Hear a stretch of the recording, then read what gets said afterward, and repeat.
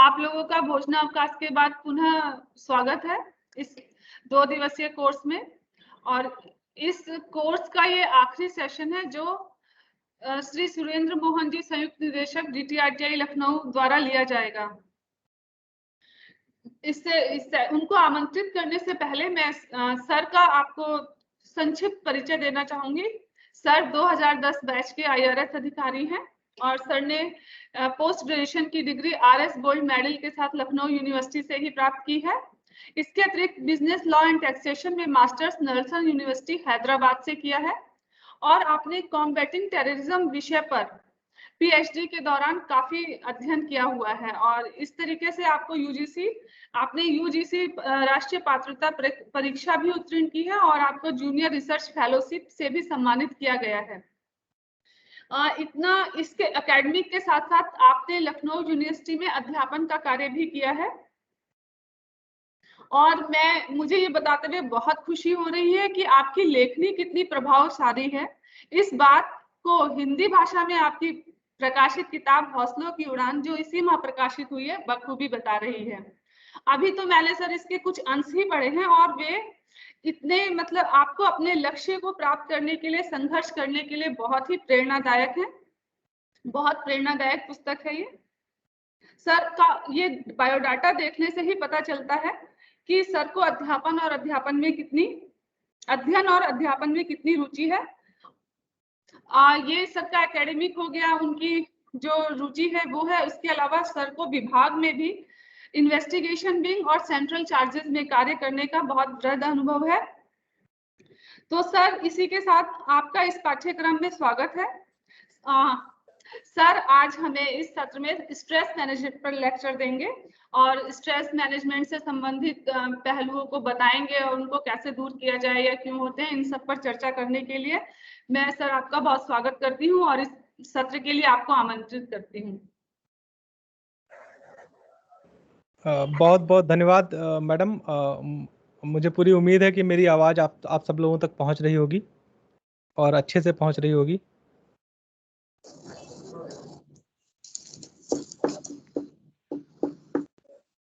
Madam मेरी आवाज़ आ रही है आपको? हाँ सर आवाज़ आ रही है। Yes sir, okay, yes sir आ रही है। बहुत धन्यवाद मैडम आपका, आपके सुवचनों का।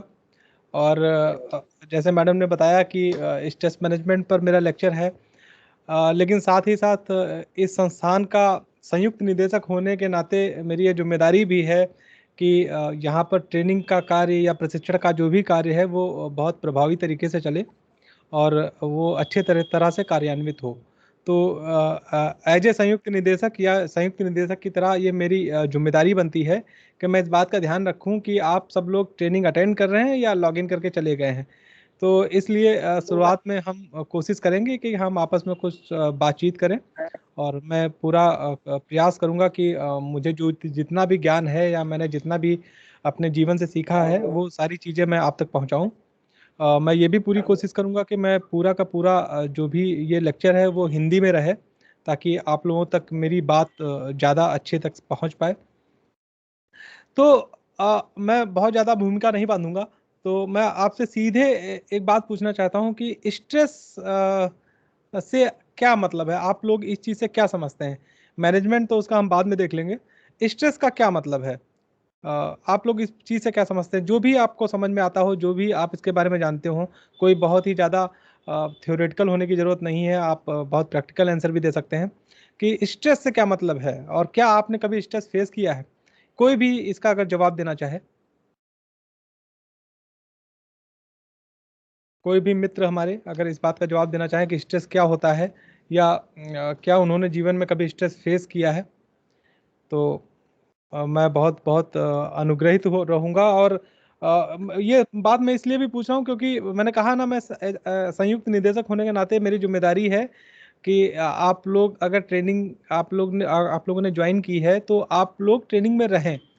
तो अगर आप लोग मुझसे इंटरेक्ट नहीं करते हैं तो मैं फिर मेरे सामने मजबूरी है कि मैं मान लूं कि आप लोग लॉगिन करके इधर उधर चले गए हैं और ट्रेनिंग से आपका कोई सरोकार नहीं है। और मुझे उम्मीद है कि इस बात से आपको थोड़ी दिक्कत होने वाली है अगर ऐसा है तो कृपया कोई भी लोग, जो भी आप लोग हैं, कोई भी अगर कुछ बोलना चाहें कि स्ट्रेस क्या होता है, आपने कभी स्ट्रेस फेस किया है जीवन में, तो इस विषय में अगर जो भी बोलना चाहते हो वो मंच आपका है, आप बोल सकते हैं। Sir hello. स्ट्रेस नमस्ते सर। हेलो। नमस्कार, एक बार अपना नाम बता दें प्लीज। सर मैं सुबोध कुमार बोल रहा हूँ सर। जी बताएं। सर स्ट्रेस तो जीवन में कई बार आते रहता है सर।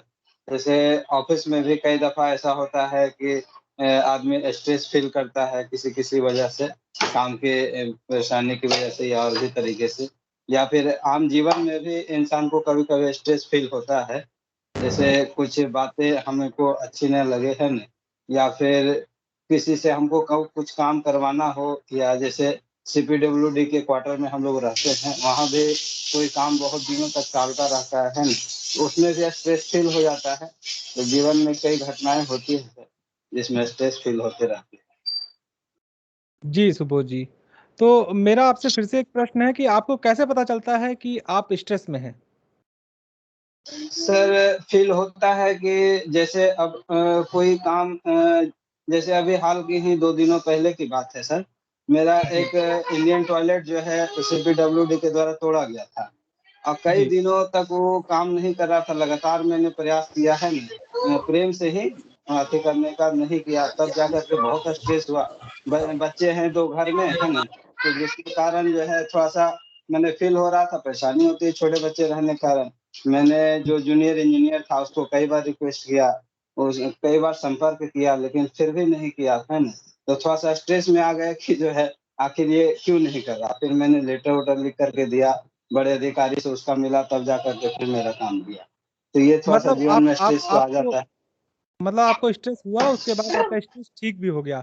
तो मैं यही जानना चाहता हूँ कि जब आपको स्ट्रेस हुआ तो आपके जी। शरीर में, आपकी सोच में ऐसे क्या परिवर्तन आए, जो जब सब कुछ ठीक हो गया तो वो परिवर्तन वापस नॉर्मल हो गया? ऐसा क्या बदला आपके में, आपके शरीर में, आपके ऐसा सर वातावरण में? जी। हाँ सुबोध जी, आप अनम्यूट कर लीजिए खुद को।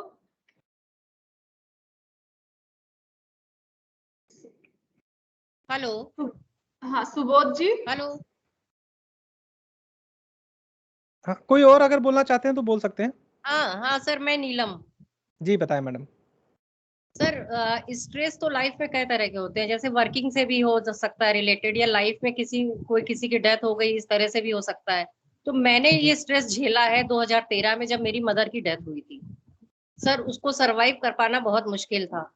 तो उसमें स्ट्रेस में ये फील होता है कि अनहैप्पी सा फील होता है, कि मतलब कभी अच्छा नहीं लगता, आप चाहे जितने लोगों के बीच में बैठ जाए, ये चीज होती है सर। जी, थोड़ा एकांत का मन करता है। जी जी जी, ये सर ऐसा और फील होता सर और गर्दन में थोड़ा-सा दर्द रहता है। है। ऐसा हाँ लगता है कि आपके सर के सामने वाले भाग में बहुत ज़्यादा दर्द है, आपकी गर्दन में बहुत दर्द है, आप थकान फ़ील करते हैं। हाँ जी, और और सबसे बड़ी और चीज तो ये कि अनहैप्पी फील होता है। अनहैप्पी फ़ील होता है, बिल्कुल सही है। और हमारे कोई मित्र जो बता सकें कि स्ट्रेस में उन्होंने ऐसा क्या फ़ील किया, जो अनप्लेज़ेंट था, जो नहीं चाहते थे या जो उनको अच्छा नहीं लग रहा था, लेकिन उन्होंने ऐसे इमोशंस फ़ील किए? कोई हमारे मित्र और बताना चाहें अगर तो?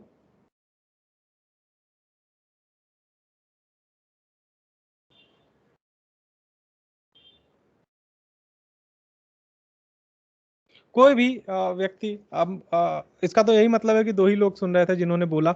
हाँ, और लोग अगर कोई सुन रहा हो तो कृपया बताएँ कि आप लोग मतलब क्या फ़ील करते हैं? क्योंकि अगर आप बताएँगे तो मैं आपकी बेहतर तरीके से मदद कर पाऊँगा। अगर आप अपनी सिचुएशन मुझसे शेयर करेंगे तो मैं आपकी बेहतर तरीके से मदद कर पाऊँगा। कोई भी और बिल्कुल वॉलंटरीली आप अगर बताना चाहें।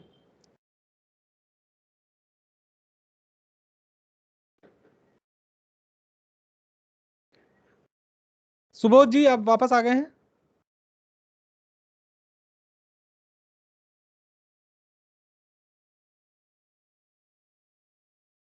मैडम मेरी आवाज़ तो आ रही है?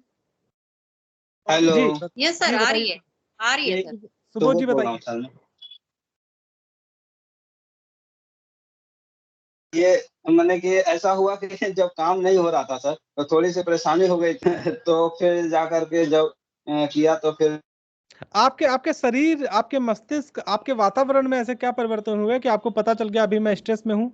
जब सब कुछ सही हो गया तो आपको पता चल गया मेरा स्ट्रेस चला गया, ऐसा क्या परिवर्तन? मैंने हाँ थोड़ा सा मैंने अंदर से जो है ना गुस्सा जैसा आता है जब स्ट्रेस होता है तो थोड़ा सा लगता है कि गुस्सा आ रहा है अंदर से, इस गुस्सा आ टाइप रहा का है, थोड़ा सा फील हुआ। कुछ अच्छा नहीं लगता है, गुस्सा आ रहा है, कुछ अच्छा नहीं लगता है, हाँ और मैंने हम बहुत रात जल्दी में में अब रहते हैं। जैसे थोड़ी टेंशन होती है तो जी नींद भी थोड़ी नहीं आती है रात में। अब सो रहे थे है ना, तो अच्छे से नींद भी नहीं आ रही थी, अच्छे से किसी से बात करने का मन भी नहीं कर रहा था, ये सब फील होता है स्ट्रेस हुआ तो। चिड़चिड़ाहट सी हो जाती है। बिल्कुल, हाँ उसी बहुत टाइप का थोड़ा सा होता है, महसूस होता है। बहुत बहुत धन्यवाद आप दोनों लोगों का, और बाकी लोग भी अगर बीच में जुड़ना चाहें तो कभी भी जुड़ सकते हैं। अब मैं जी अपने इस लेक्चर की शुरुआत एक कहानी से करूंगा। एक बार ऐसा होता है कि यस्मी और नोमी नाम के दो जो मंक होते हैं, बुद्धिस्ट मंक, वो अपनी अपने दिन भर जो उन्होंने अपना धर्म का प्रचार किया या जो भी किया, लोगों की सहायता की, उससे वापस आ रहे थे और वो अपनी मोनेस्ट्री की तरफ वापस जा रहे थे, और रास्ते में एक नदी पड़ती थी। तो जब दोनों मंक उस नदी के पास पहुंचे तो उन्होंने एक औरत के रोने की आवाज़ सुनी। तो दोनों मंक में से यस्मी, जिस मंक का नाम था, वो उस औरत के पास गया ये सोचकर कि ऐसा क्या है, ऐसी क्या तकलीफ है इस महिला को जो ये रो रही है। तो वो उनके पास गया, उसने उनसे पूछा कि आपको क्या तकलीफ है जो आपको आप रो रही हैं। महिला ने बताया कि वो उस गांव में रहती है जो नदी के दूसरी तरफ है। सुबह वो किसी काम से नदी के इस तरफ आई थी, और उनका बहुत छोटा बच्चा उन घर पर ही है। अब वो जो वापस जाने वाली हुई तो उन्होंने देखा कि नदी बढ़ गई है, उसका पानी का स्तर बढ़ गया है, और वो अब इस नदी को पार नहीं कर सकती हैं। लेकिन उनको अपने घर भी जाना है क्योंकि उनका बच्चा बहुत छोटा है और वो उनके बिना रह नहीं सकता है, और यही वो कारण था कि वो वहाँ पर रो रही थी। तो यस्मी मंक जो था उसने कहा कि ठीक है, मैं आपकी मदद करता हूँ और मैं आपकी मदद कर दूंगा। अगर आपको कोई समस्या ना हो तो मैं आपको अपनी गोद में उठा लेता हूँ या कंधे पे बैठा लेता हूँ और मैं आपको इस नदी को पार करा दूंगा। आप लोग प्लीज अपना माइक म्यूट कर लें, जब बोलें तभी माइक ओपन करें। तो उसने कहा कि मैं आपको पार करा देता हूँ। महिला तैयार हो गई और यस्मी ने उनको अपने अपने कंधों पे बैठा लिया और नदी पार करा दी। नदी पार करा के दूसरी तरफ उन्होंने उस महिला को छोड़ दिया और महिला ने बहुत बहुत धन्यवाद देते हुए वो अपने रास्ते पे आगे बढ़ गई। यस्मी के पीछे ही उनका दूसरा मित्र मंक नोमी था। नोमी पिछले काफी समय से कुछ बोल नहीं रहा था, और जब वो दोनों नदी पार करके अपनी मोनेस्ट्री की तरफ जाने लगे तो नोमी ने आधे घंटे तक वो कुछ नहीं बोला। उसके बाद उसने यस्मी से कहा कि यस्मी, तुमको पता है कि तुमने क्या किया है आज? तो यस्मी ने कहा कि क्या किया है मैंने? तो नोमी ने कहा कि हमारे मास्टर ने या हमारे गुरु ने हमसे कहा था कि कभी किसी महिला की तरफ देखना नहीं है, लेकिन आपने उस महिला से बात की। हमारे गुरु ने कहा था कभी किसी महिला को छूना नहीं है या कभी किसी महिला से बात नहीं करनी है, लेकिन आपने उसको छुआ। और हमारे गुरु ने कहा था कभी किसी महिला को छूना नहीं है, लेकिन आपने उसको अपने कंधों पे बैठाया। तो यस्मी थोड़ी देर चुप रहा, फिर उसने धीरे से कहा कि देखो नोमी, मैंने उस महिला को आधा घंटा पहले आप अपने कंधे पे बैठा के नदी पार कराई थी। तुम वो आदमी हो जो उस महिला को अभी भी अपने कंधों पर ढो रहे हो, और आधा घंटा बाद भी तुम उसको अपने कंधों पर लादे हुए हो। तो ये यस्मी नोमी कुछ और नहीं है, हमारे दिमाग के ही दो हिस्से हैं। आप अपने कॉन्शियस माइंड को, जो कॉन्शियस माइंड होता है उसको आप यस्मी मान सकते हैं, जो अनकॉन्शियस माइंड होता है उसको आप नोमी मान सकते हैं। लेकिन इन दोनों की प्रकृति में या दिमाग के या मस्तिष्क के इन दोनों भागों के की प्रकृति में बड़ा अंतर होता है, और यही हमारे लिए, हमारे स्ट्रेस के लिए बहुत बड़ा जिम्मेदार होता है। जैसे अगर आप देखें तो जो जो नोमी था वो वर्तमान से भी जुड़ा है, भविष्य से भी जुड़ा है, भूतकाल से भी जुड़ा है। क्योंकि वो जब महिला से यश्मी बात कर रहा था तो वो उसने कुछ नहीं बोला, वो सिर्फ देखता रहा। उसके बाद जब महिला को यश्मी ने छोड़ दिया नदी के दूसरे किनारे पर, तब भी वो कुछ नहीं बोला। आधे घंटे बाद उसने बोला और उसने भूतकाल की बात को लेकर, पास्ट की बात को लेकर बात की। तो वो भूतकाल से भी जुड़ा है, भविष्य से भी जुड़ा है, और उसने यश्मी को ये भी बता दिया कि तुमने क्या गलत किया है, तो वो भविष्य से भी जुड़ा है। जबकि यश्मी केवल और केवल वर्तमान से जुड़ा था। उसने किसी महिला को दुख में देखा, उसने उसकी मदद की, मदद करने के बाद वो उस चीज को भूल गया। नोमी जो है वो वार, एंगर, कॉन्फ्लिक्ट, डिवीजन, इन सब से जुड़ा हुआ है। हमारा मस्तिष्क का वो हिस्सा, लड़ाई, डिवीजन, उसके अलावा एंगर, गुस्सा। नोमी बहुत गुस्से में है क्योंकि उसने जब यश्मी से कहा कि तुमने गुरु की शिक्षा को तोड़ा है या गुरु की हिदायतों को तोड़ा है, तो वो बहुत गुस्से में था, बहुत एंजाइटी थी उसमें, बहुत ज्यादा नाराजगी थी उसमें। तो नोमी के तरह का आपका जो दिमाग का हिस्सा है उसमें गुस्सा होगा, लड़ाई होगी, बदले की भावना होगी। लेकिन जो आपका यश्मी की तरफ का मोबाइल, आपका मस्तिष्क का हिस्सा है, वो खुश रहेगा, हैप्पीनेस होगी, उसमें कंपैशन होगा, करुणा होगी, लव होगा, स्नेह होगा, सिंपैथी होगी, इम्पैथी होगी। वो सारी इमोशंस होंगे जो जो आपकी रूट है, जो आपके आदमी होने की रूट है। नोमी अपने आप को वैल्यू देता है, अपनी शिक्षा को वैल्यू देता है, अपने गुरु को वैल्यू देता है। आम लोगों से उसका कोई सरोकार नहीं है। जबकि यश्मी हर आदमी को वैल्यू देता है, और यश्मी जैसा आदमी केवल इंसान को ही नहीं, वो पेड़ पौधे जानवर सबको वो उतना ही के लिए, सबके लिए वो उतना ही, उसके हृदय में करुणा रहेगी, उतना ही रहेगा। नोमी बहुत एजिटेटेड स्टेट है, जिसको कहते हैं बहुत ही ज्यादा विलक्षण का मतलब, बहुत ही ज्यादा एजिटेशन है उसमें, बहुत से ज्यादा संघर्ष है उसके अंदर। जबकि नोमी बहुत पीसफुल है। सो ये यश्मी नोमी की जो भी कहानी है, ये कहानी हमारे दिमाग की कहानी है। हमारे दिमाग के दो हिस्से हैं, एक यश्मी, एक नोमी। अब हम क्या करते हैं कि हम नोमी हिस्से पर ज्यादा जोर देते हैं, और हम वही दूसरों के साथ करते हैं जो हमारे साथ होता आया है। अगर हमारे पिताजी ने हमको पीटा था, हम पढ़ाई नहीं कर रहे थे, तो हम जब आज हमारे बच्चे हैं तो हम भी वही करते हैं, क्योंकि हमने वो परंपरा से सीखा है। हमने वो अपनी अपने अपने अपने अपने लोगों से सीखा है। हम ये नहीं सोचते कि जब मैं बच्चा था और मेरे पिताजी मुझे पीटते थे पढ़ाई के लिए तो मुझे कैसा फील होता था। वो अब हम नहीं सोचते, जबकि वो भावना कहीं ना कहीं हमारे दिल में है कि हम उस समय कैसा फील करते थे। लेकिन आज हम वो नहीं सोचते, क्योंकि हम अब अपने आप को एक पिता की तरह देखते हैं। एक एक एक एक बालक की तरह नहीं देखते, एक बच्चे की तरह नहीं देखते, अब पिता की तरह देखते हैं। क्योंकि हमने उन जूतों में अपने पैर डाल लिए हैं जिसमें कभी हमारे पिताजी ने डाल रखे थे। तो इसलिए जो आपकी स्ट्रेसफुल स्टेट ऑफ माइंड होगी, जो आपकी नोमी स्टेट ऑफ माइंड होगी, उसमें टेंशन होगी, फियर होगा, हर्ट होगा, लोनलीनेस होगा, लॉस्ट की फीलिंग होगी। लेकिन जो आपकी यस्मी पार्ट है आपके माइंड में, उसमें कनेक्शन होगा, जॉय होगा, पैशन होगा, वाइटलिटी होगी। वो सारी चीज़ें होंगी जो आपको एक बेहतर इंसान बनाने के लिए ज़रूरी हैं। वो सारी चीज़ें होंगी जो आपको एक सुखी जीवन बिताने के लिए ज़रूरी हैं।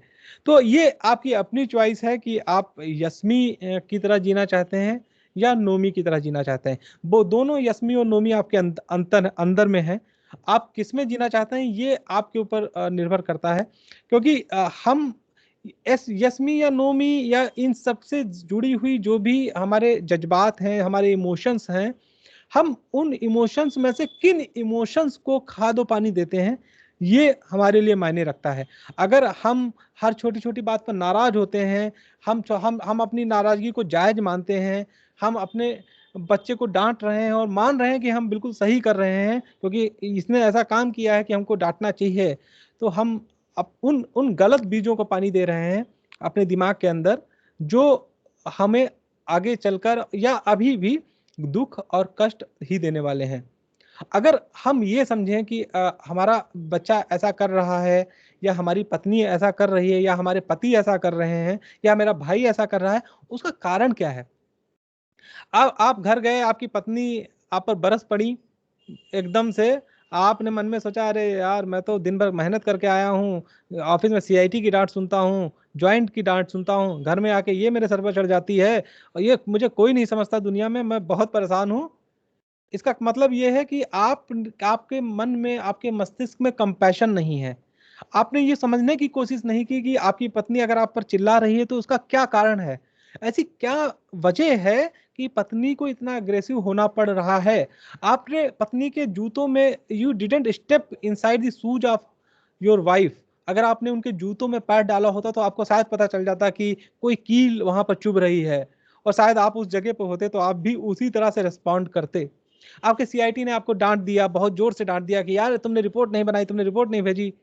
आपको लगा कि अरे इन्होंने मुझे डांट दिया, बताओ मैं भी एक गस्टेड ऑफिसर हूं, उन्होंने कहा हाउ डेयर, कैसे डांट दिया, ये लगता है आपने आज बीवी से लड़के आए हैं। आप ये नहीं सोचते कि उन्होंने आपको डांट दिया, शायद उनको मेंबर ने डांटा हो, शायद वो घर से हो सकता है लड़ाई करके आए हो सकता है उनको मेंबर ने डांटा हो सकता है उनको डीजी ने डांटा हो सकता है उनको सीसी ने डांटा हो, और उनसे बोला हो कि तुम एकदम नंबर के कामचोर हो, रिपोर्ट टाइम पर नहीं जमा करते हो। और जब उन्होंने देखा तो पाया कि रिपोर्ट तो पीएस के पास पड़ी हुई थी या स्टेनो के पास पड़ी हुई थी, और 2 दिन से मैं कह रहा हूँ रिपोर्ट बना दो। मेरी एक रिपोर्ट नागपुर जानी थी, बन नहीं पा रही थी, नागपुर से बार बार रिमाइंडर आ रहे थे। तो जिन व्यक्ति को रिपोर्ट बनाई थी मैंने उनसे रिक्वेस्ट की भैया बना दो इसको, वरना तो मुश्किल हो जाएगी। तो हमें उन उन लोगों के प्रति जो हमसे नाराज हैं, हम पर चिढ़े हुए हैं, हमसे बुरा बर्ताव कर रहे हैं, उनके भी उन इमोशंस को समझना होगा, उनके लिए भी हमको बड़ा कंपैशनेट रहना पड़ेगा, उनके लिए भी हमारे हृदय में करुणा होनी चाहिए, ताकि हम समझ सकें कि वो अगर ऐसा रिस्पॉन्ड कर रहे हैं तो क्यों कर रहे हैं। आज हमारी एक मीटिंग थी और मीटिंग से पहले सेटअप करना था सारे इक्विपमेंट्स का, क्योंकि मीटिंग ऑनलाइन थी। मैंने अपने 2 इंस्पेक्टर से बोला था कि भाई सेटअप करवा देना, 12 बजे मीटिंग है। उन्होंने ना मुझे कुछ बताया, और जब मैं 12 बजने में 5 मिनट पहले पहुंचा तो सेटअप नहीं था। मुझे बहुत गुस्सा आई कि अगर सेटअप नहीं भी हो सकता था तो कम से कम आप मुझे टाइम से बता देते तो मैं अपने रूम से कर लेता। मैंने उनको डांट दिया, बहुत बुरा डांट दिया। फिर उसमें से एक आदमी मेरे पास आया, बोला कि सर वो थोड़ा सा गलती हो गई। मैंने कहा कोई बात नहीं। और तब तक मैं समझ चुका था कि मतलब उनकी अपनी मजबूरियां रही होंगी कि वो नहीं कर पाए, हो सकता है उसके पास कोई और काम हो सकता है उसको, मैं तो ज्वाइंट हूँ, हो सकता है उनके कंट्रोलिंग ऑफिसर जो एसीडीसी या आईटीओ हैं वो उन्होंने कुछ काम दे रखा हो। अब वो तो बेचारा एक इंस्पेक्टर, वो किसकी सुनेगा? जो जिसकी जिसकी समझ में आएगा उसकी सुन लेगा, जो उसका कंट्रोलिंग ऑफिसर होगा उसकी सुन लेगा। तो इंस्टेंटली मैंने उसके जूते में पैर नहीं डाला, लेकिन बाद में 5-10 मिनट बाद मैंने रियलाइज किया कि मुझसे गलती हुई है। जरूरत, काम कितना भी बिगड़ गया हो, मेरे चिल्लाने से काम बन नहीं सकता था। हाँ, मेरे चिल्लाने से जरूर उस इंस्पेक्टर के दिल में मेरे लिए ये भावना जरूर आई होगी कि एक नंबर के बेवकूफ हैं, इनको तमीज नहीं है, अगर ज्वाइंट बन गए हैं तो दिमाग खराब हो गए हैं। मैं भी उतना ही काबिल हूँ। वो किस्मत की बात है कि मैं इंस्पेक्टर हूँ, वरना इनसे ना मैं पढ़ाई में कम हूँ, ना मैं इनसे प्रज्ञा या दिमाग में कम हूँ। लेकिन ये बस it's just a matter of chance कि ये ज्वाइंट है और मैं इंस्पेक्टर हूं। तो हम जब इस तरह का व्यवहार करते हैं, हम जब नोमी की तरह का व्यवहार करते हैं, तो हम लोगों को प्रेरित करते हैं कि वो हमारे बारे में गलत परसेप्शन बना लें। और ये बहुत जरूरी चीज है। और दुनिया में जितनी लड़ाई होती है उनके पीछे नोमी जैसा ही दिमाग का पार्ट काम करता है। चाहे वो हिटलर रहा हो, चाहे वो सद्दाम हुसैन रहे हों, चाहे वो जॉर्ज डब्ल्यू बुश रहे हों, नोमी नोमी की तरह का ही कोई दिमाग का जो हिस्सा है वो वहां पर काम करता है। और जब यस्मी दिमाग का वो हिस्सा जो यस्मी की तरह व्यवहार करता है वो अगर काम करता है, तो आदमी गांधी बन जाता है, मार्टिन लूथर किंग बन जाता है, आदमी बुद्धा बन जाता है। तो आपको क्या बनना है ये आपको सोचना है। तो ये चीज बहुत जरूरी है। अब स्ट्रेस बेसिकली होता क्या है, तो मैं आपको एक एग्जांपल देता हूं कि मान लीजिए कि आप गाड़ी चला रहे हैं और आपने वहां पर गाने सुन रहे हैं, गाड़ी चला रहे हैं, 60-70 की स्पीड में गाड़ी चला रहे हैं। एकाएक आपने देखा कि कोई आदमी एकदम से आपकी कार के सामने आ गया, कान पर मोबाइल लगा हुआ है, आपकी तरफ देख नहीं रहा है, और वो एकदम से आपके सामने आ गया। और एकदम से सामने आ गया का मतलब है कि आपके अगल बगल भी गाड़ियां चल रही थी, उस वजह से आप उस आदमी को देख नहीं पाए। वो जब एकदम आपके गाड़ी के सामने आ गया तो आपने देखा, और जैसे देखा आपके दिल में एक धक से हुई, दिमाग ब्लैंक हो गया, सोचने समझने की शक्ति चली गई। लेकिन चूंकि आपके रिफ्लेक्शंस में ये चीज शामिल थी, आपका दायां पैर ब्रेक पर पहुंच जाता है, ब्रेक दब जाता है, गाड़ी उस आदमी को छूते छूते बच जाती है, वो आदमी बच जाता है, लेकिन आपकी हालत पतली हो गई है, आप कुछ सोच नहीं पा रहे हैं, आपके हाथ पैर आपका साथ नहीं दे रहे हैं, आपको याद नहीं है कि क्लच किधर है, ब्रेक किधर है, आप स्टीयरिंग मोड़ नहीं पा रहे हैं, गाड़ी आपकी खड़ी हुई है, आपकी हिम्मत नहीं पड़ रही कि आप गाड़ी को आगे बढ़ाएं। अगर ये चीजें आप सब कंसीडर करें तो ये एक स्ट्रेस की कंडीशन है। ये वो कंडीशन है कि आप स्ट्रेस में हैं। और ये जो स्ट्रेस होता है ये कोई बुरी चीज नहीं है अपने आप में, क्योंकि बॉडी का जो मैकेनिज्म है, जो एनाटॉमिकल मैकेनिज्म है, वो स्ट्रेस को उसमें इनबिल्ट है, और स्ट्रेस उस इनबिल्ट मैकेनिज्म से काम करता है। आप सोचते हैं कि आप घर से निकले, कार पे बैठे, ऑफिस आ गए, दिन भर कंप्यूटर पर काम किया, वापस कार में बैठे, घर चले गए। बॉडी और दिमाग इन चीज़ों को नहीं जानता है।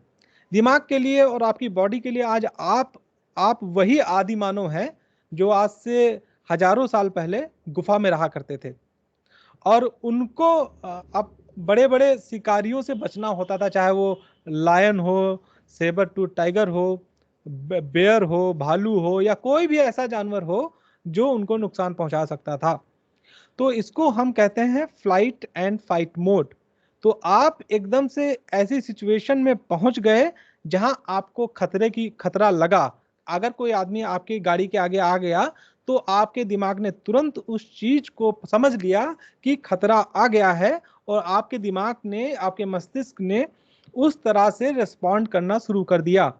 और ये रिस्पॉन्ड बिल्कुल और बिल्कुल डिट्टो सेम है कि अगर आप आदिमानव होते, जंगल में होते और आपको किसी टाइगर ने दौड़ा लिया होता तो तब भी आपका रिस्पॉन्स सेम होता। अब फाइट एंड फ्लाइट मोड में जब आप होते हैं तो आपकी बॉडी में होता है क्या कि आपका जो आपके दिमाग का आगे का हिस्सा है, जो आपके माथे के ऊपर होता है, ये आपकी आईब्रोज के ऊपर होता है, उसको हम फ्रंटल लोब कहते हैं। वो जैसे ही किसी खतरे को देखता है वो तुरंत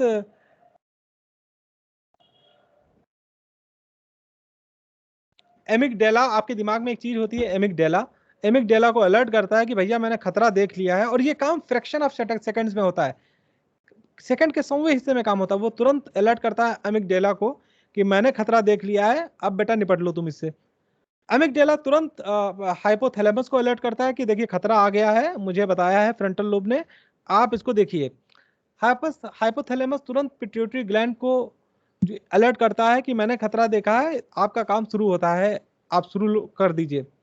अब पिट्यूटरी ग्लैंड एक तरह का हार्मोन सीक्रेट करता है जो एक्टिवेट करता है एड्रीनल ग्लैंड को, जो आपकी किडनीज के ऊपर होता है। एड्रीनल ग्लैंड एक हार्मोन बॉडी में सीक्रेट करता है जिसको हम कॉर्टिसोल बोलते हैं।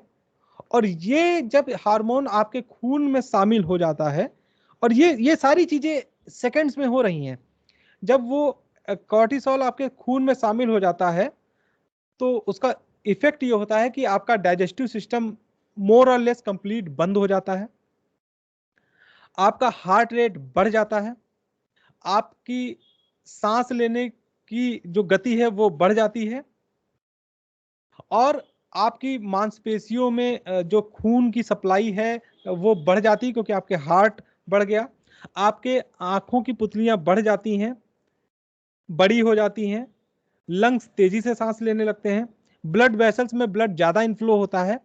और आपको इन सब चीजों का फायदा ये होता है कि ये चीजें आपको इस लायक बनाती हैं कि आपको सिचुएशन देख के अगर भागना है तो बेटा भाग लीजिए, क्योंकि भागने में आपके डाइजेस्टिव सिस्टम का कोई रोल नहीं है।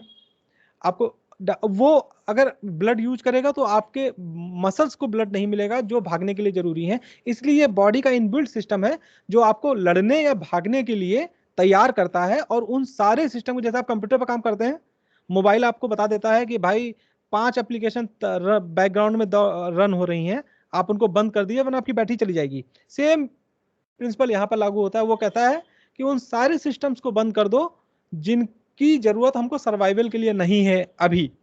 तो वो डाइजेस्टिव सिस्टम बंद कर देता है। वो आपका जो है बाकी और दूसरे से ऐसे सिस्टम बंद कर देता है, वो आपके कॉन्शियस सबकॉन्शियस माइंड का सिस्टम बंद कर, मैडम एनी प्रॉब्लम? आपके सबकॉन्शियस माइंड का सिस्टम बंद कर देता है। वो केवल आपके बॉडी के वही सिस्टम चालू रखता है जो आपको लड़ने या भागने में मदद करते हैं।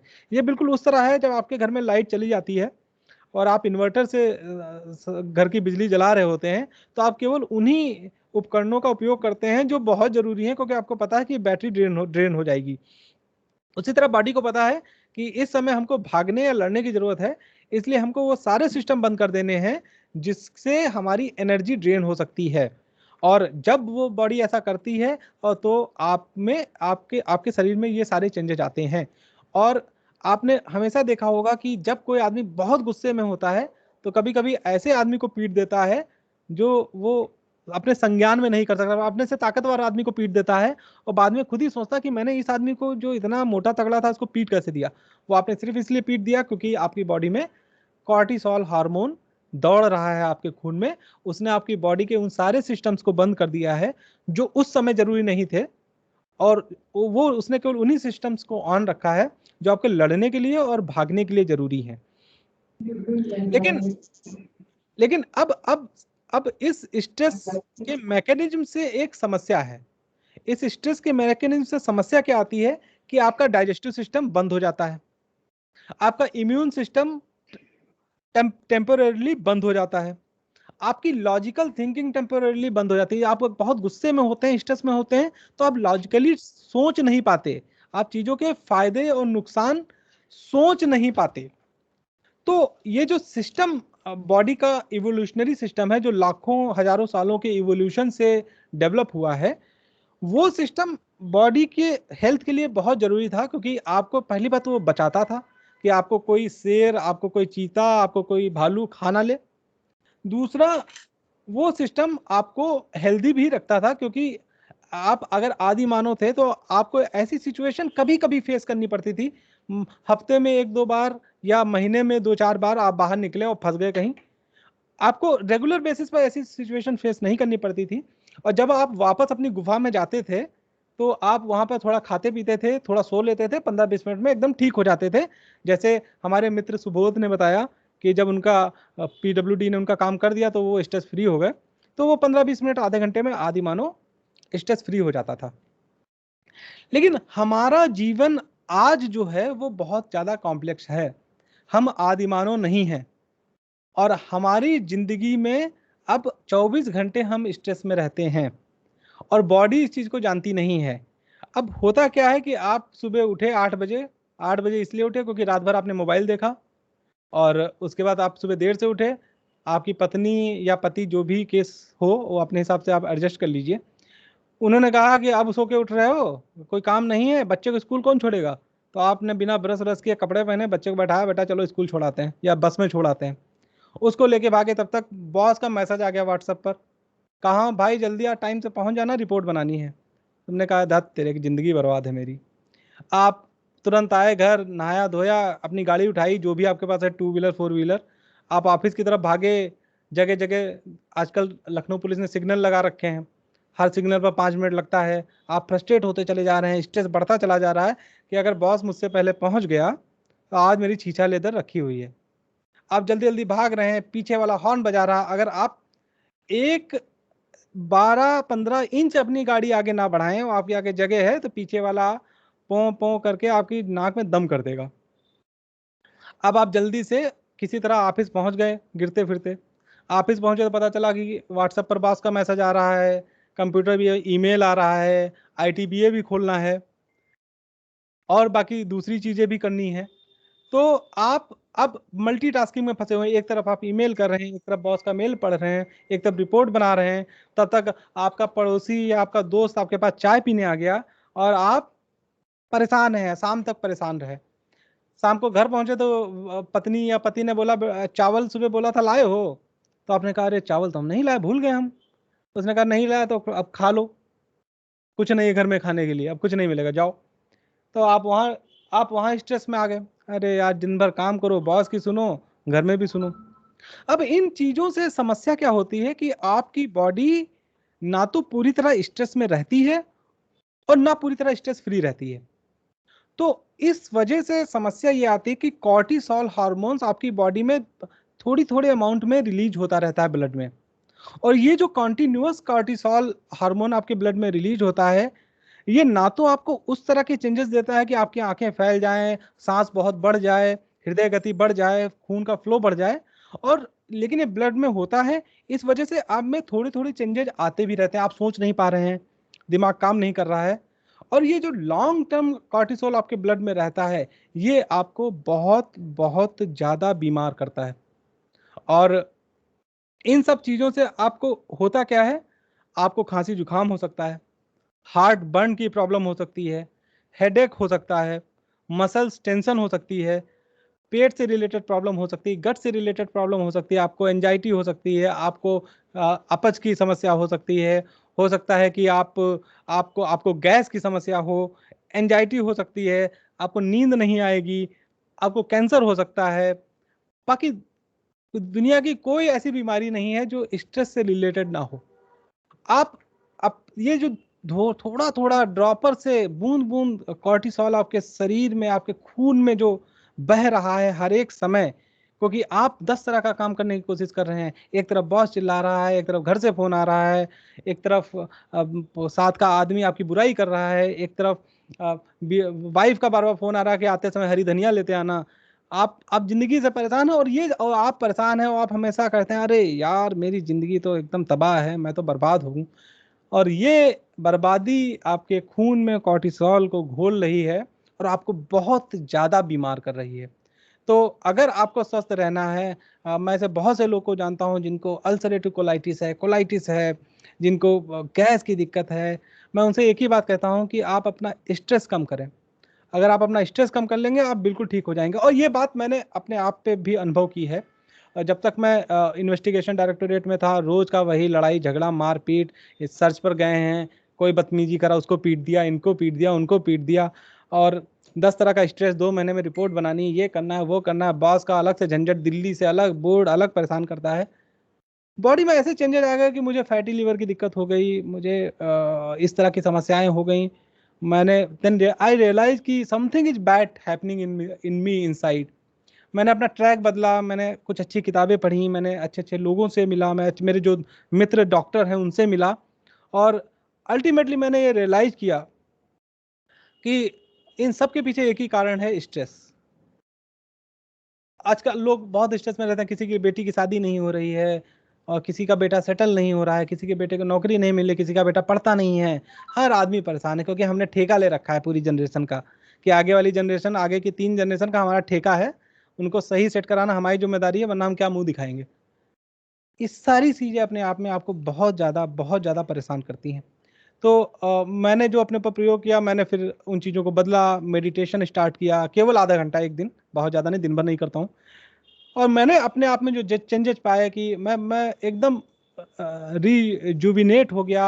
मतलब मुझे लगा कि आई एम इन माई 20, जब मैं लखनऊ यूनिवर्सिटी में पढ़ा करता था, यूपीएससी की तैयारी किया करता था, मैं उन दिनों में वापस आ गया। और लकली मैं कोलकाता से लखनऊ भी आ गया, तो मैं अपने कर्म क्षेत्र में आ गया जहाँ से मैंने पढ़ाई लिखाई की थी। तो इस चीज़ को मैंने पर्सनली फील किया है, और ये चीज़ें बहुत ज़रूरी हैं, बहुत इम्पॉर्टेंट है। अब जो सबसे बड़ी समस्या ये आती है कि आपके स्ट्रेस के कई सारे कारण होते हैं, लेकिन सबसे बड़ा कारण होता है जो आप बहुत ज़्यादा सोचते हैं। आप आपने अभी कभी अगर भगवत गीता पढ़ी हो, तो उसमें बहुत सबसे पॉपुलर जो श्लोक है उसका, वो ये कहता है कि कर्मण्यवाधिकारस्ते माँ फलेषु कदाचिन। कर्मण्यवाधिकारस्ते मतलब तेरा कर्म पर अधिकार है, माँ फलेषु कदाचिन, उसके फलों पर नहीं। आपका अधिकार केवल कर्म पर है, फलों पर नहीं। और उसके आगे वो कहते हैं, जो भी श्लोक कहता है, तो वो कहता है कि आपकी कर्म ना करने में भी आसक्ति नहीं होनी चाहिए। मतलब ऐसा नहीं है कि मैं बैठ जाऊँ कि हमको कर्म ही नहीं करना है, उसमें भी नहीं होनी चाहिए। जब मैं श्लोक को पढ़ता हूँ, तो इस पर कम से कम 500 टीकाएं लिखी गई होंगी, इसको 500 तरह से लोगों ने इंटरप्रेट किया होगा, 500 तरह के मतलब निकाले गए होंगे। लेकिन मैं इसको ये मानता हूँ कि इसमें श्री कृष्ण कहते हैं कि आप कर्म करिए, फल की इच्छा मत कीजिए। इसका मतलब ये है कि आप उसके बारे में सोचिए मत। वो चाहते हैं कि आप केवल कर्म के बारे में सोचें। जब आप कर्म के बारे में सोचेंगे, तो आप अपने कॉन्शियस माइंड से सोचेंगे। जो माइंड से आप पढ़ते हैं, जो इस माइंड से आप लिखते हैं, जिस माइंड से आप किसी से बात करते हैं। सेमी कॉन्शियस और सब कॉन्शियस माइंड वो होता है जो आपके दिमाग में बैकग्राउंड में चल रहा है और उन चीजों में चल रहा है जो जरूरी नहीं कि हो। मतलब आप यहाँ बैठे हैं और आप अपनी किसी गर्लफ्रेंड के बारे में सोच रहे हैं जो कभी कॉलेज के दिनों में आपके साथ थी, आज से 20 साल पहले। दैट इज नॉट, आपका कॉन्शियस माइंड नहीं सोच रहा है, ये आपका सब कॉन्शियस माइंड सोच रहा है। और आप घर से निकले बीवी से झगड़ा करके या हस्बैंड से झगड़ा करके, what ever the case. My lecture is gender neutral, please don't attach it with any gender. जब मैं बीवी कहूँ तो जितनी महिला पार्टिसिपेंट्स हैं वो पति अपने आप समझ लें, क्योंकि मैं बार बार बुद्धा की तरह एक बात को 3 बार नहीं कह सकता। तो आप घर से अपने स्पाउस से झगड़ा करके निकले और एकदम निकले कि आप, मैं घर ही छोड़ दूंगा, मुझे वापस ही नहीं जाना, जिंदगी बर्बाद हो गई मेरी। और बस में बैठे कॉलेज अपने ऑफिस जाने के लिए, तब तक आपको उसमें एक और महिला दिख गई। आपने सोचा यार ये जिंदगी में आ गई होती कितनी अच्छी, कितनी जिंदगी कितनी अच्छी हो जाती। आप अभी भी उन पचड़ों में पड़े हुए हैं, आपको अभी भी आपको फल की इच्छा है, कर्म में आपका विश्वास अभी भी नहीं है, फल की इच्छा आपको अभी भी है। एक जगह से कड़वा फल खा के आए हैं और अभी भी आपको मीठे फल की इच्छा है। तो आपको इन सब चीजों को से बचना है। आपको अपने सबकॉन्शियस माइंड को अपने कंट्रोल में रखना है अगर आपको जीवन में स्ट्रेस फ्री रहना है। अब मैं आपको एग्जांपल दूं, गुस्सा या जिसको कहते हैं हम नाराजगी, क्रोध, एंगर। क्रोध एक ऐसी चीज है जो हर आदमी को आती है, क्योंकि आप इस ऑफिस में काम करते हैं, इनकम टैक्स डिपार्टमेंट में काम करते हैं, तो आपको ज्यादा आता है क्योंकि आप इनकम टैक्स वाले हैं।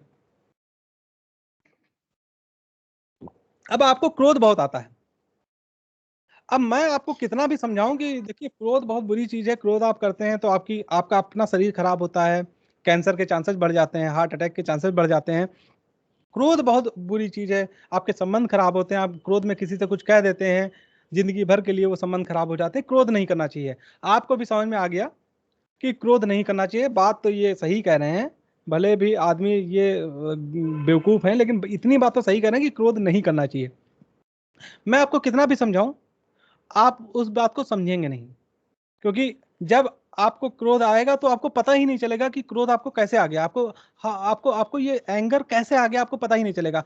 कोई यहाँ पर ऐसा आदमी है जो ये कह सके कि मुझे उनसे मैं मिला, फिर मैंने अपने दिमाग में गुस्से को बुलाया, मैंने कहा क्रोध आ जाओ, आओ, आप तुम्हारी जरूरत है। ऐसा कोई आदमी है जो सोच समझकर कॉन्शियस होकर क्रोध लाता है?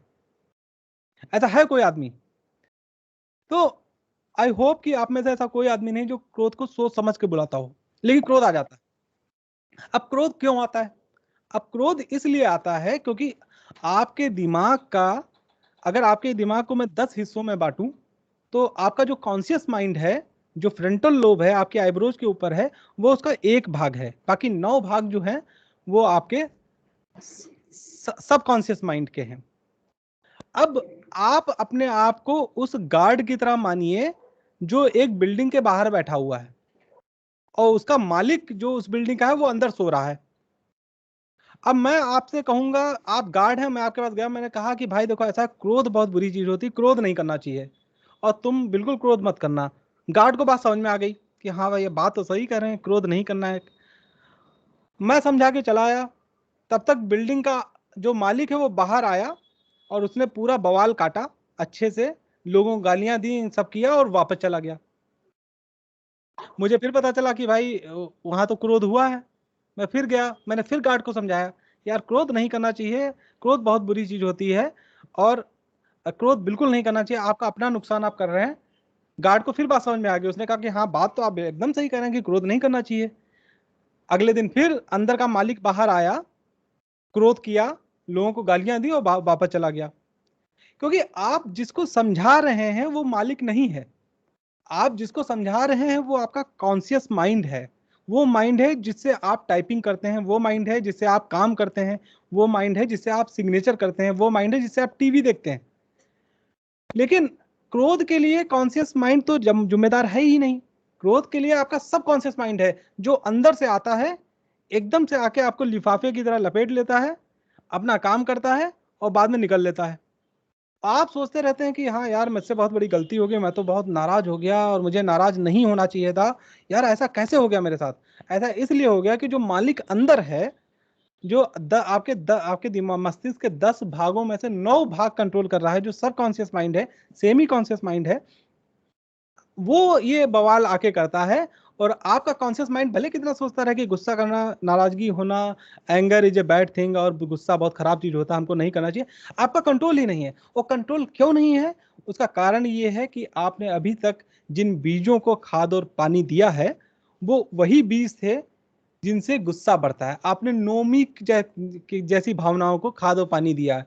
आप घर से निकले, पिक्चर देखी, वहां भी हिंसा दिखा रहे हैं, पेट में चाकू घुसेड़ दिया, सनी देओल ने बांका मार दिया, सनी देओल को बांका लग गया, लेकिन फिर भी उन्होंने सबको मार दिया और बाद में लास्ट में मर गए। आप इसी तरह की चीज देखते हैं। आप वेब सीरीज उठा के देख लीजिए, हिंसा हिंसा हिंसा, गुस्सा, लड़ाई, इसके अलावा कोई बात ही नहीं है। अच्छी मैरिज पर तो शायद ही कोई वेब सीरीज और फिल्म हो, हाँ खराब मैरिज पर आपको 50 मिल जाएंगी। आप उन सारी चीजों को देख रहे हैं, आप काम पर जा रहे हैं, आप वहां गालियां खा रहे हैं, आपका काम इतना ज्यादा है कि आप अकेले उसको कर नहीं सकते, लेकिन आपको दिया गया है, आप उससे नाराजगी हो रहे हैं, तो आप घृणा, आप बॉस का कुछ कर तो सकते नहीं है, लेकिन मन में घृणा तो कर ही सकते हैं ना। उसके लिए तो आपको नहीं रोक रहा कंडक्ट रूल। कंडक्ट रूल तो आपको कह रहा कि गाली नहीं दोगे, बोलोगे नहीं, कुछ कहोगे नहीं, सुनोगे, डिसिप्लिन रहोगे। वो ये तो नहीं कह रहा ना कि अगर मन में घृणा भी लाए बॉस के लिए तो बेटा तुमको डिमोट कर देंगे, ऐसा तो नहीं बोला। लेकिन मन में आप घृणा पैदा कर रहे हैं, मन में आप गुस्सा पैदा कर रहे हैं, मन में आप एंजाइटी पैदा कर रहे हैं, तो आप अपने उन होलसम सीड्स को, जिनको आपको पानी और खाद देना था, आपने नहीं दिया। आप उन अनहोलसम सीड्स को पानी और खाद दे रहे हैं, जो आपके दिमाग में है और जो इन चीजों के लिए जिम्मेदार हैं। तो आपको ये बात सोचनी है, आपको ये बात समझनी है कि हमको उन इमोशंस से दूर रहना है जो हमारे अंदर अनहोलसम सीड्स को खाद और पानी देते हैं और उनको बड़ा करते हैं और अल्टीमेटली आपकी पूरी पर्सनालिटी को छाप लेते हैं। अगर कोई आदमी कुछ कहना चाहता है बीच में तो आप फ्री हैं, आप कह सकते हैं। अब आपकी स्ट्रेस के कुछ अगर मेन कारण मैं गिनाऊं, सारे तो नहीं गिना पाऊंगा, तो उसमें 3 में समझ में आते हैं। पहला काम, दूसरा रिलेशनशिप और तीसरा पर्सनल लाइफ। काम में तो मैंने आपको बता ही दिया, आपके कलीग सारे आपको गालियां देते हैं, पीठ पीछे आपकी बुराई करते हैं, आपके काम का क्रेडिट ले लेते हैं, आपको बड़ा गुस्सा है, आपको बड़ी घृणा है, मन में बहुत ज्यादा गुस्सा है कि ये सब एक से एक बदमाश हैं, लेकिन आप कुछ कर नहीं सकते, अंदर अंदर पिस रहे हैं, अनहोलसम सीड्स को पानी दे रहे हैं, अपने दिमाग के सब कॉन्शियस माइंड को और स्ट्रेंथ दे रहे हैं। आपको कंट्रोल अपने सब कॉन्शियस माइंड को करना है, लेकिन इन चीजों से आपका सब कॉन्शियस माइंड आपके कॉन्शियस माइंड को कंट्रोल कर रहा है और वो सारी चीजें करा लेता है जो वो चाहता है। चाहे आपको गुस्सा करना हो, क्रोधित करना हो, वो करवा लेगा, घृणा करना हो वो करवा लेगा, अपने आप को कष्ट देना हो वो करवा लेगा, वो सब कुछ करवा लेगा। क्योंकि आप जहां पानी और खाद दे रहे हैं, जिन चीजों को आपको दबाना था, आपने उन चीजों को खाद और पानी दिया, और जिन चीजों को आपको खाद और पानी देना था, आपने उन चीजों को दबा दिया। तो आपके बॉस ऑफिस में हैं, आपको 50 तरह का स्ट्रेस दे रहे हैं, काम पर काम दे रहे हैं, रात में 9 बजे व्हाट्सअप कर देते हैं, फोन कर देते हैं, आप परेशान हैं, सुबह आप बस से आ रहे हैं, थोड़ा लेट हो गए हैं, हर 5 मिनट में फोन आ रहा है, ऑफिस पहुंचते पहुंचते 5 बार फोन आ चुका है, और जैसे ही आप पहुंचे, आपको पता था कि आज तो मेरी क्लास लगनी है, आप जैसे पहुंचे और उसी तरह में आपका सत्यानाश हो गया, बॉस ने खरी खोटी सुना दी, नहीं कुछ कर सकते हो तो तुम्हारा 56J कर देता हूँ। आपने कहा ये अच्छा है, मेरी 20 साल की 25 साल की नौकरी हो गई, आज भी मुझे ये दिन सुनने पड़ रहे हैं। दूसरा, आपके स्ट्रेस का कारण क्या है? रिलेशनशिप। घर में बच्चे हैं, पत्नी है, पति हैं, जो भी केस आपका हो आप एडजस्ट कर लीजिए। आपको लगता है कि मैं तो इतना कर्म योगी आदमी हूँ, दिन भर जाता हूँ, कमाता हूँ, मेहनत करता हूँ, ये सब बैठ के खाते हैं, मजे करते हैं और अपना काम नहीं करते। हर आदमी अपना काम कर रहा है, हर आदमी अपना काम कर रहा है, आपकी पत्नी, आपके पति अपना काम कर रहे हैं, आपके बच्चे अपना काम कर रहे हैं, हर आदमी अपना काम कर रहा है, लेकिन आप में एक घमंड है, आप में एक प्राउडीनेस की फीलिंग है, आप में ये एक सुपीरियरिटी कॉम्प्लेक्स है कि आपको लगता है कि दुनिया का सबसे बड़ा कर्मयोगी कृष्ण के बाद मैं ही पैदा हुआ हूं और मुझसे बढ़ के कौन, और मेरे घर में तो बिल्कुल कोई भी नहीं। तो आप वहां से स्ट्रेस लेते हैं। तीसरा पर्सनल लाइफ है कि आप छोटी छोटी चीजों पर बवाल काट देते हैं। दूध किचन में रखा था, पत्नी जी थोड़ा साइड में चली गई, दूध उबल गया। अब उबल गया तो उबल गया, अब तो निकल गया ना बाहर। आपके चिल्लाने से क्या होगा, वापस चला जाएगा? अगर नहीं जाएगा तो फिर अब गिर गया तो गिर गया। चिल्लाने से अगर वो वापस आपके उस फ्राई पैन में पहुंच रहा हो तो आप चिल्ला लीजिए, तो बहुत अच्छी बात है, वापस जा रहा है, दैट्स वंडरफुल। लेकिन अगर आपको पता है कि मेरे चिल्लाने से भी नहीं जाएगा तो फिर चिल्लाने का क्या फायदा? आप सोचते हैं कि ये मैं आगे के लिए चिल्ला रहा हूँ, कि आगे से ये ध्यान रखेंगे। अरे भाई, जब कोई किसी ने आज ध्यान नहीं रखा तो आगे क्या रखे? आप रखते हो। बॉस ने आज आपको इतना डांटा, देर से आए थे आप सुबह, आपने कल ध्यान रखा इस चीज को? आप कल रखोगे? नहीं रखोगे। तो आप दूसरे से क्यों उम्मीद करते हो? Why you are expecting from someone ideal situation कि मेरा अगर पति है तो उसके 6 पैक भी होने चाहिए, एक सूता एक्स्ट्रा मांस नहीं होना चाहिए, फैट तो होना ही नहीं चाहिए, एकदम सुंदर स्मार्ट गोरा चिट्टा 6 फुट लंबा होना चाहिए। पत्नी है तो वो भी ऐसी ही होनी चाहिए। मैं जैसा हूँ मुझसे अच्छा तो बेहतर वैसे भी कोई नहीं है, जबकि आपका टायर की तरह पेट निकला हुआ है और शरीर पर, आपके चेहरे पर सारी सिलवटें पड़ गई हैं, झुर्रियाँ आ गई हैं, लेकिन आपको चाहिए सब कुछ अच्छा। आप अगर महिला है तो आपको ऋतिक रोशन चाहिए, पुरुष है तो आपको कंगना रनावत चाहिए, लेकिन आप अपने को कभी शीशे में नहीं देखेंगे कि मैं कैसा हूं। तो इन सब चीजों को आपको ध्यान में रखना है। स्क्रीन टाइम आपको से भी आपको बहुत स्ट्रेस होता है। आपने फेसबुक पर कोई पोस्ट अपलोड की, फिर आप उसको हर 5 मिनट में देख रहे हैं कितने लाइक आए। मेरे लाइक नहीं आए तो आपको लगता है कि यार मेरे दोस्त मुझसे जलते हैं, कोई लाइक ही नहीं कर रहा है। आप ये नहीं समझ रहे कि आपने पोस्ट ही इतनी घटिया की है कि कौन लाइक करेगा उसको, लेकिन आपको वो समझ में नहीं आ रहा है मेरे दोस्त मुझसे जलते हैं, मेरी काबिलियत से जलते हैं। काबिलियत है भी, काबिलियत है कहीं जो कोई जले आपसे, लेकिन आप सोचेंगे इसी तरह। तो ये सारी समस्याएं हैं। तो मैंने आपको काम का के बारे में आपसे डिस्कस कर लिया। आप मुझसे बेहतर आप जानते हैं, क्योंकि मेरा अनुभव तो 10 साल का है, आपका उससे ज़्यादा होगा बहुत सारे लोगों का। तो आप उन चीज़ों को समझ रहे होंगे कि काम को लेकर बहुत सारी स्ट्रेस आपको रहती है। तो अब उसके लिए आपको अपने आप को तैयार करना पड़ेगा। हमें हम अगर अगर 15 मिनट जल्दी उठ के, 15 मिनट जल्दी घर से निकल के अगर हम जिन झंझटों से बच सकते हैं, बॉस की डांट से बच सकते हैं, तो क्यों इतना स्ट्रेस लेना? और अगर हम कुछ ऐसा काम करने से, अगर हम कंप्यूटर सीख लेते हैं, ITBA सीख लेते हैं, हमको अगर नहीं आता है, या हम ड्राफ्टिंग सीख लेते हैं, हिंदी टाइपिंग सीख लेते हैं अगर हमको नहीं आती, अंग्रेजी टाइपिंग सीख लेते हैं अगर हमको नहीं आती, हम इन चीज़ों से बच सकते हैं थोड़ी सी मेहनत में। लेकिन हमको वो काम नहीं करना है और हमको दूसरे को ब्लेम करना है कि बन गए हैं कमिश्नर तो बौरा गए हैं, समझ ही नहीं रहे बात को, हम लोगों को जो है ऐसे ही समझते हैं। अरे आप जिस काम के लिए आए हैं उस काम को करें। और अगर आपका कंट्रोलिंग ऑफिसर समझदार है तो वो वैसे भी समझदारी वाली बात करेगा। अगर वो समझदार नहीं है तो वो आपका भाई है, जैसे आप हैं वैसे वो है, तो अंतर क्या है? आप भी तो अपने घर में ऐसे ही चिल्लाते हैं। अब जहां तक रिलेशनशिप की बात है, तो रिलेशनशिप में आपको ये ध्यान रखना है कि आपकी अपने स्पाउस के साथ रिलेशनशिप एक पूरी प्रक्रिया के तहत गुजरती है। और जैसे आपने देखा कि बच्चा बच्चा पैदा हुआ, बच्चा थोड़ा सा बड़ा हुआ, घुटनों के बल चलना शुरू हुआ, फिर वो दौड़ना शुरू हुआ। तो जब बच्चा बहुत छोटा होता है और माँ की गोद में होता है, तो वो क्या करता है कि वो किसी और के पास जाने से बचता है। वो किसी और के पास से जाने से बचता है। और आप उससे कहिए, आप अगर उसको नहीं जानते हैं या वो आपको नहीं जानता, आप उसको लेने की कोशिश करें तो वो अपनी माँ के पास वापस चला जाएगा, आपके पास नहीं आने वाला। वो अपनी माँ से कहता है होल्ड मी टाइट, मुझे अपने पास रखो। लेकिन जब बच्चा थोड़ा सा साल भर 1.5 साल का होता है तो क्या करता है, वो थोड़ा एक्सप्लोर करना शुरू करता है, घुटनों के बल घूमेगा, इधर उधर घूमेगा, लेकिन कुछ खतरनाक चीज देखेगा तो वापस वापस आ जाएगा। तो कहता है कि पुट मी डाउन, कि आप मुझे नीचे रखो, लेकिन जब भी मुझे कोई खतरा हो तो मुझे तुरंत वापस, मैं आपके पास दौड़ के आ जाऊंगा।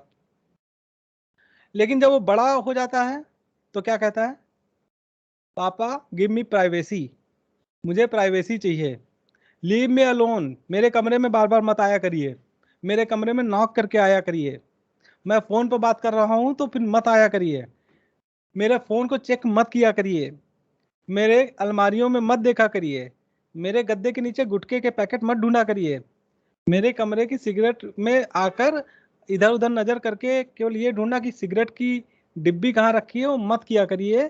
तो यानी वो इस कंडीशन में वो कह रहा है लीव मी अलोन, आप ये सब मत करो अब मेरे साथ। और आपको उसकी उस कंडीशन का ध्यान रखना है।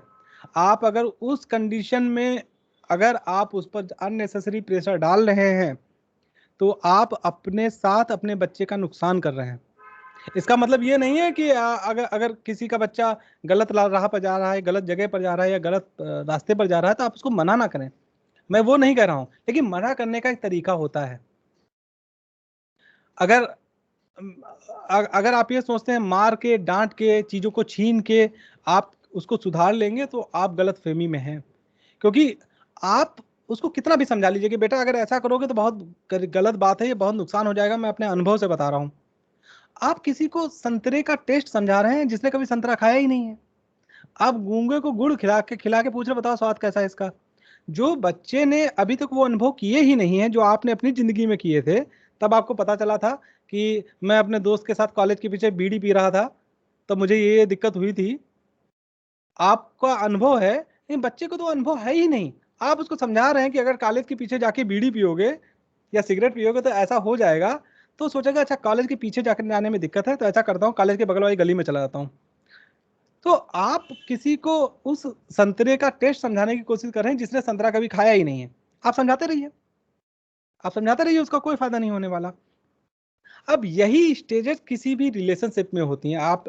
अगर किसी आदमी ने शादी की है तो शुरुआत के कुछ साल कुछ महीने जिनको हम बेसिकली कभी कभी कहते हैं हनीमून पीरियड, उसमें क्या होता है कि होल्ड मी टाइट।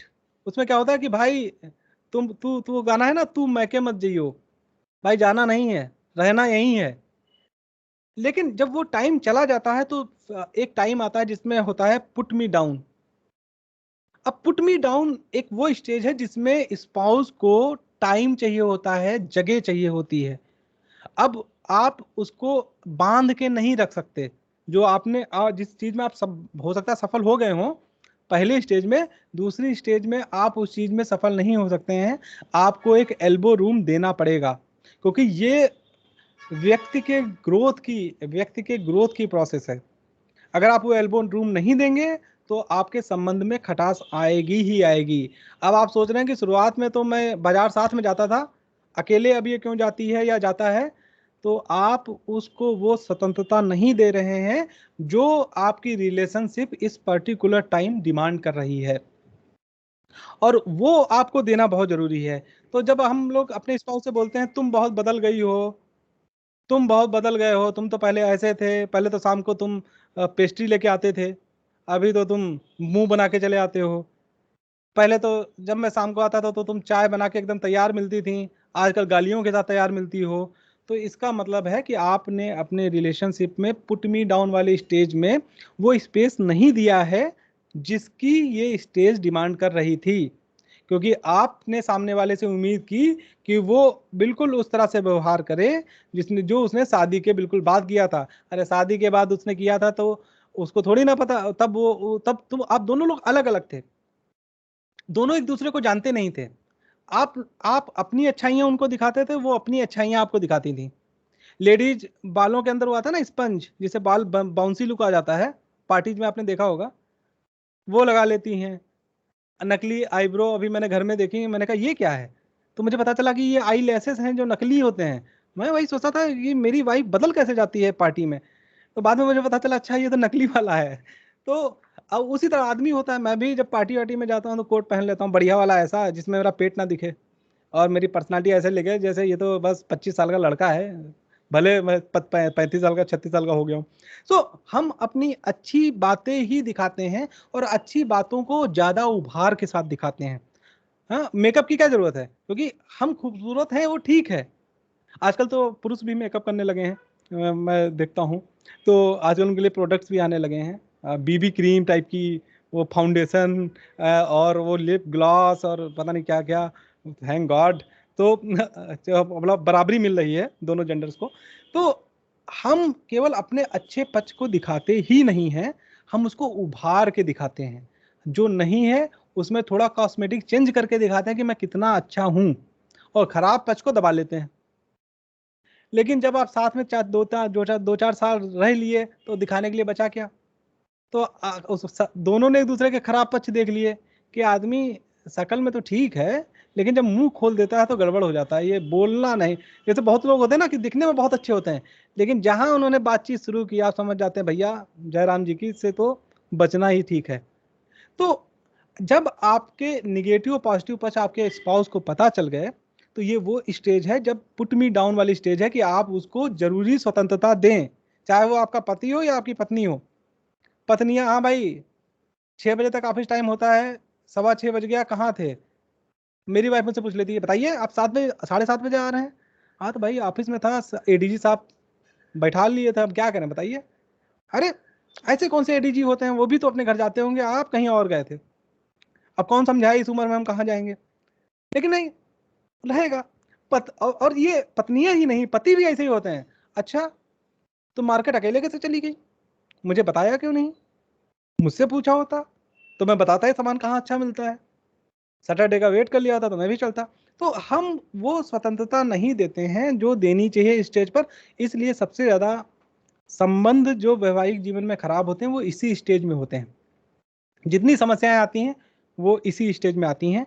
तीसरी स्टेज लीव मी अलोन, जिसमें आप जब बूढ़े हो जाते हैं, वो एक सही समय है जब आपका प्रेम निखरता है, क्योंकि उसमें कुछ शारीरिक या कुछ नहीं होकर इमोशनल बॉन्डिंग आपकी हो जाती है, आप एक दूसरे के लिए खड़े रहते हैं। तो उस स्टेज में आप उस तरह रख दीजिए, चाय पिला दीजिए भाई, रख दीजिए हम पी लेंगे, थैंक यू। तो आपको उस स्टेज में आपका प्रेम निखरता है। तो आपको सेकंड स्टेज में बहुत ध्यान रखना है अगर आपको अपने वैवाहिक जीवन में स्ट्रेस नहीं चाहिए। अब 1 घंटे से ज्यादा हो गया है, अब मैं आपको वो चीजें बताऊंगा जो आपके ज्यादा काम की हैं कि आप कैसे ऐसा कर सकते हैं। सबसे बड़ी बात है कि आपको अगर स्ट्रेस से मुक्ति चाहिए तो आपको अपने सबकॉन्शियस माइंड को कंट्रोल करना पड़ेगा। अगर आपका सबकॉन्शियस माइंड आपके कॉन्शियस माइंड के कंट्रोल में आ गया, या आपने कुछ ऐसा किया कि वो आपके कॉन्शियस माइंड के कंट्रोल में है, तो आप काफी हद तक स्ट्रेस और इन सारी चीजों से मुक्ति पा सकते हैं। लेकिन अब समस्या ये है कि आप ये करेंगे कैसे?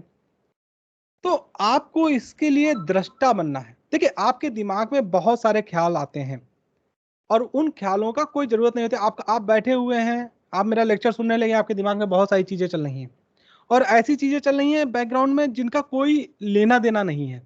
कभी आप कॉलेज पहुंच गए अपने, तो कभी आप अपनी ससुराल पहुंच गए, तो कभी आप आईटी चौराहे पहुंच गए, कभी आप सहारागंज मॉल पहुंच गए, कभी आप सोच रहे हैं कि मैं सुपरमैन की तरह उड़ रहा हूं, कभी आप सोच रहे हैं मैं स्पाइडरमैन की तरह ट्रेन रोक रहा हूं, कभी आपको लग रहा है कि आप 10 लोगों को पीट रहे हैं, कभी आपको लग रहा है कि आपकी खूबसूरती देख के 10 लोग तो सलाम कर रहे हैं। इलॉजिकल, कोई चीज लॉजिकल नहीं है उसमें, फालतू की बातें बैकग्राउंड में चल रही हैं। आपको उन चीजों को कंट्रोल करना है और उन चीजों को कंट्रोल करने का सबसे बेहतरीन और सबसे अच्छा तरीका है कि आप मेडिटेशन करें। जब आप मेडिटेशन करते हैं तो आप उन चीजों को खादो पानी देते हैं जो होलसम है। आप कंपैशन को खादो पानी देते हैं, आप लव को देते हैं, वाइटैलिटी को देते हैं, आप करुणा को देते हैं, सहानुभूति को देते हैं।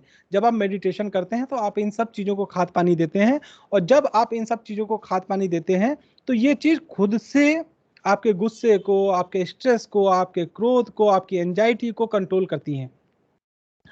अब अगर आपने कभी बुद्धा को कभी आपने पढ़ा हो तो बुद्धा कहते हैं कि जो सुख और दुख जीवन में होता है वो एक समुद्र में आने वाली लहरों की तरह है।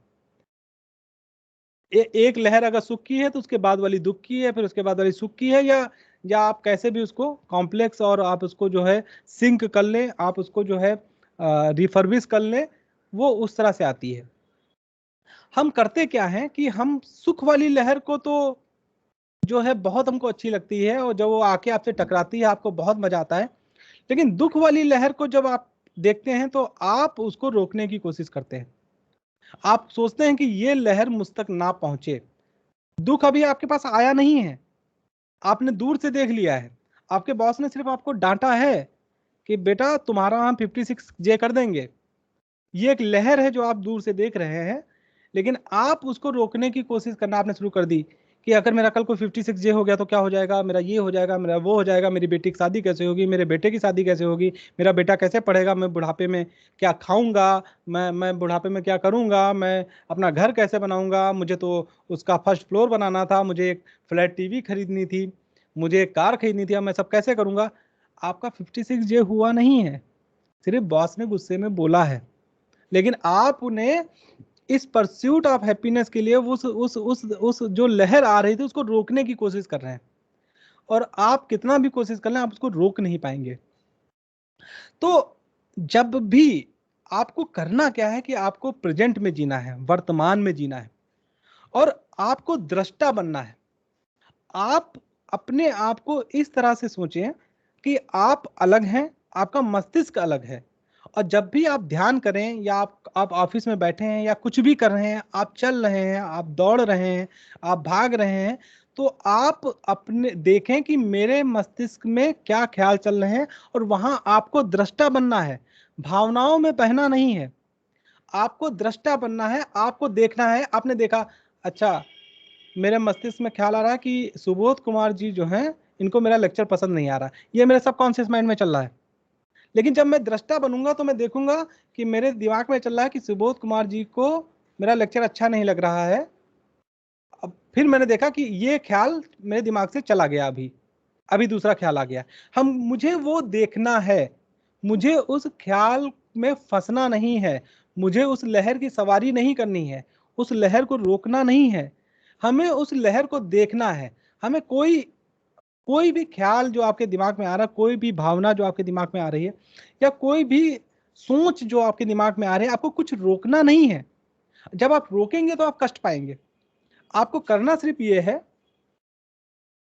कि आपको उसको देखना है कि अच्छा, अब मेरे दिमाग में ख्याल आया कि सुबोध कुमार जी अभी खुश दिख रहे हैं, इसका मतलब वो मेरा लेक्चर पसंद कर रहे हैं। अब ये ख्याल चला गया, अब मेरे दिमाग में ख्याल आ गया कि मेरे एडीजी शायद मेरे लिए मुझे बुला रहे हैं। अब वो ख्याल चला गया, अब कोई तीसरा ख्याल आया। तो आपको दृष्टा बनना है। एडीजी मुझे बुला रहे होंगे, इस ख्याल के साथ बहना नहीं है। आपको अपने आप को अपने दिमाग से अलग रखना है, आपको अपने आप को दृष्टा बनाना है, कर्ता नहीं बनाना है। कर्ता मतलब जो भावनाओं में बह गया, जो ख्याल में सोच में बह गया, वो नहीं करना है। आपको दृष्टा बनाना है अपने आप को। आप मान लीजिए आप बाग में टहल रहे हैं, आप एक एक कदम बढ़ाइए। आप सोचिए कि अच्छा मेरा कदम ये, अब मेरा बायां पैर आगे बढ़ गया, अब मेरा दायां पैर आगे बढ़ गया, मैं सांस ले रहा हूँ, सांस मेरी बाहर निकली, अब मैं सांस अंदर ले रहा हूँ, मेरी सांस फेफड़ों में जा रही है, मेरी सांस बाहर आ रही है।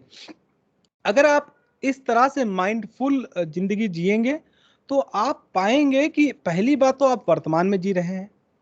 और हम जब आदि मानव हुआ करते तो हम वर्तमान में ही जीते थे, क्योंकि अगर आपने भविष्य और भूतकाल में जीना शुरू किया तो कहीं किसी झाड़ी से टाइगर आएगा, आपको लेके जाएगा। क्योंकि भाई आपने कभी कुत्ते को देखा है?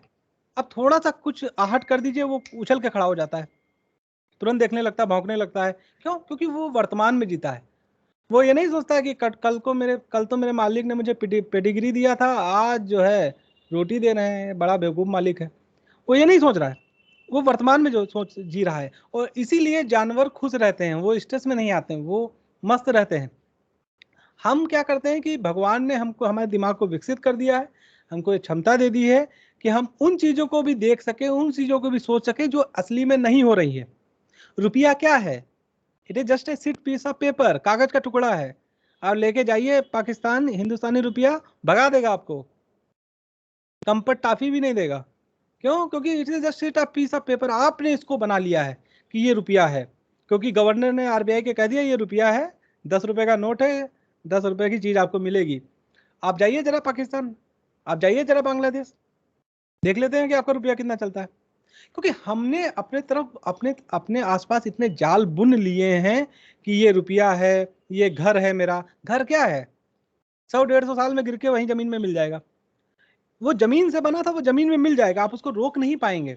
लेकिन हमको लगता है ये मेरा घर है, अरे ये मेरा घर है, देखो क्या आलीशान घर बनाया है, और आज बनाया है, अगले दिन से आप उसमें मेंटेनेंस का काम करते हैं। हमारे यहाँ आरटीआई में सीपीडब्ल्यूडी मेंटेनेंस का काम करता है, तो हम रोज बताते रहते हैं ये मेंटेन करो, वो मेंटेन करो, ये मेंटेन करो, वो मेंटेन करो, ऐसा करो। क्यों?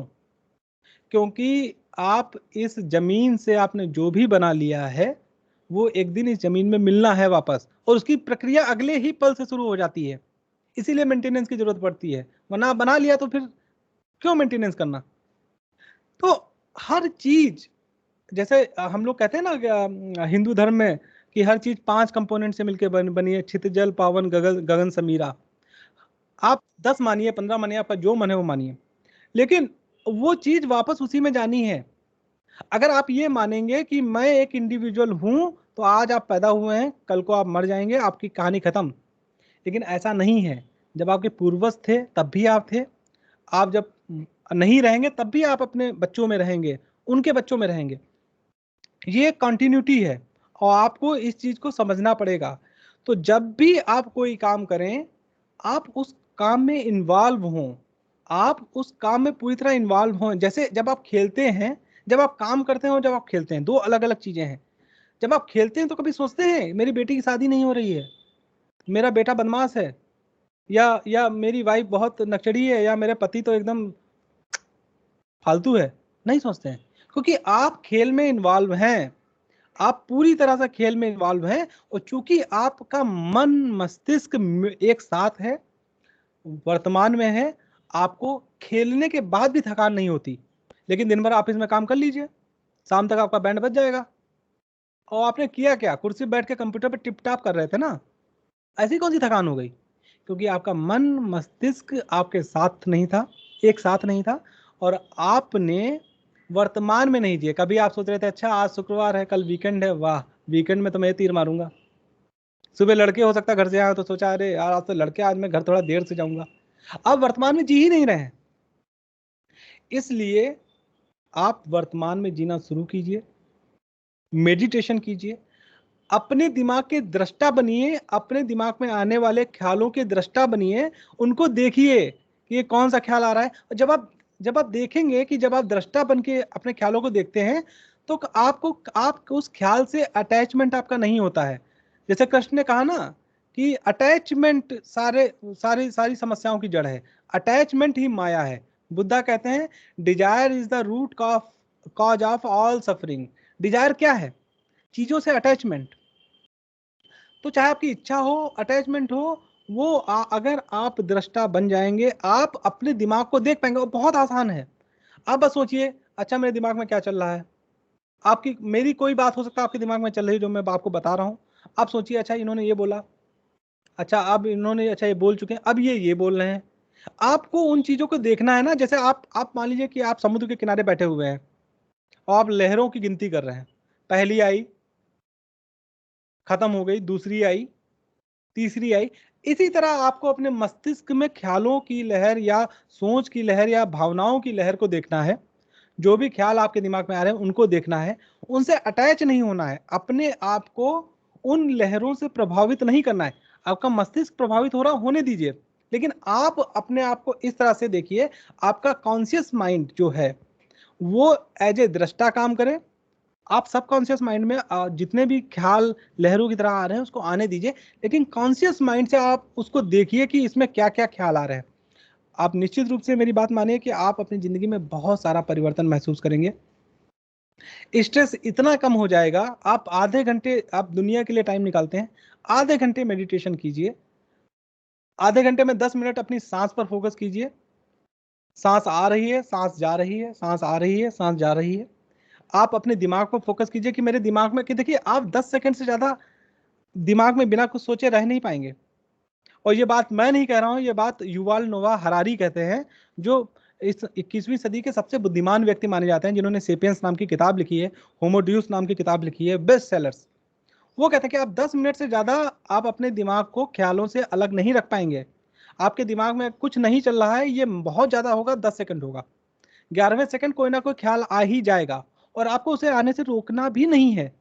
आपको बस ये देखना है कि मेरे दिमाग में कौन सा ख्याल आ रहा है, वो ख्याल आया, वो ख्याल चला गया, अब दूसरा ख्याल आ रहा है, दूसरा ख्याल चला गया।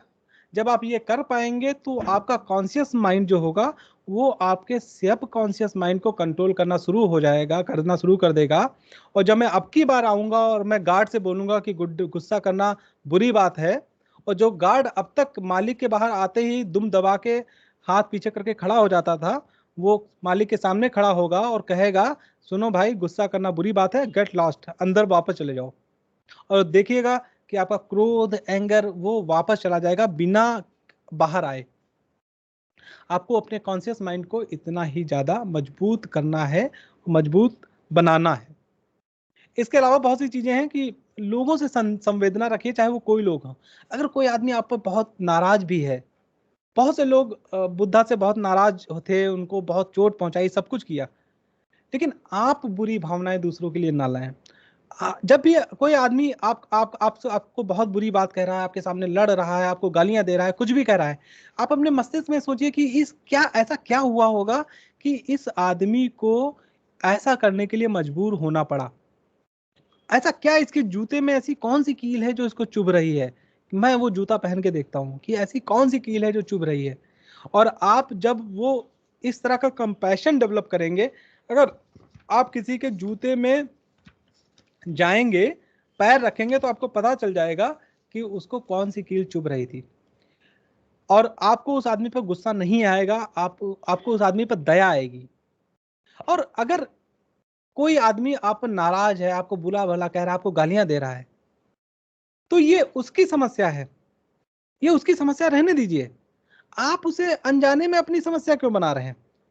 आप क्या कर रहे हैं, कोई आदमी आप पर गुस्सा हुआ, आप उस पर गुस्सा हुए, आपके मन में हो गया, स्ट्रेस आ गया, रात भर सोच रहे हैं आप उसके बारे में, मैं इसका ये कर दूंगा, मैं उसका वो कर दूंगा, मैं इसका जीपीएफ नहीं एडवांस नहीं निकलने दूंगा, मैं इसका बिल्डिंग अलाउंस रोक लूंगा, मैं डीडीओ हूं, मैं इसकी सैलरी रोक दूंगा, मैं डीडीओ हूं, मैं इसकी रिकवरी कर लूंगा। 50 तरह की बातें आप सोच रहे हैं। समस्या उसकी है, आप कष्ट अपने आप को दे रहे हैं। और इन चीजों से हो क्या रहा है कि आप अपना डाइजेस्टिव सिस्टम खराब कर रहे हैं, आप अपने आप को स्ट्रेस ले रहे हैं, स्ट्रेस से घर में जा रहे हैं तो बच्चों पर बरस रहे हैं, उनको पीट रहे हैं, पत्नी से झगड़ा कर रहे हैं, पति से झगड़ा कर रहे हैं। किसी और आदमी की गलती की सजा अपने को और अपने परिवार को दे रहे हैं। अगर आपको लगता है ये बहुत अच्छी बात है तो आपको बहुत बहुत मुबारकबाद मेरी तरफ से। और अगर आप ऐसे ही सुखी रहना चाहते हो रहिए। वरना अगर कोई आदमी, आप अपना रिमोट कंट्रोल किसी और को क्यों दे रहे हैं कि वो आपको गुस्सा कर पाए। आप मुझे गुस्सा करके देख लीजिए, मैं अपना रिमोट कंट्रोल आपको नहीं देता, कर लीजिए, आपको जो कहना हो कहिए, मुझे फर्क ही नहीं पड़ता। क्योंकि आप क्या सोचते हैं मेरे लिए मैटर ही नहीं करता। मेरे लिए मैटर ये करता है कि मैं क्या सोचता हूँ। और गलती आपकी, आप करेगा, सजा भुगतिए, मैं क्यों भुगतूं उसके लिए। आप मुझे गालियां दे रहे हैं और उस तरह से दे रहे हैं जो मेरी कोई गलती नहीं थी। जब मेरी गलती ही नहीं थी तो मैं आपके गालियां लूं क्यों, मैं क्यों उस चीज को माइंड करूं। आप कहते रहिए। अगर बुद्धा ने लोगों को यही सुना होता तो वो बुद्धा कभी बन ही नहीं पाते।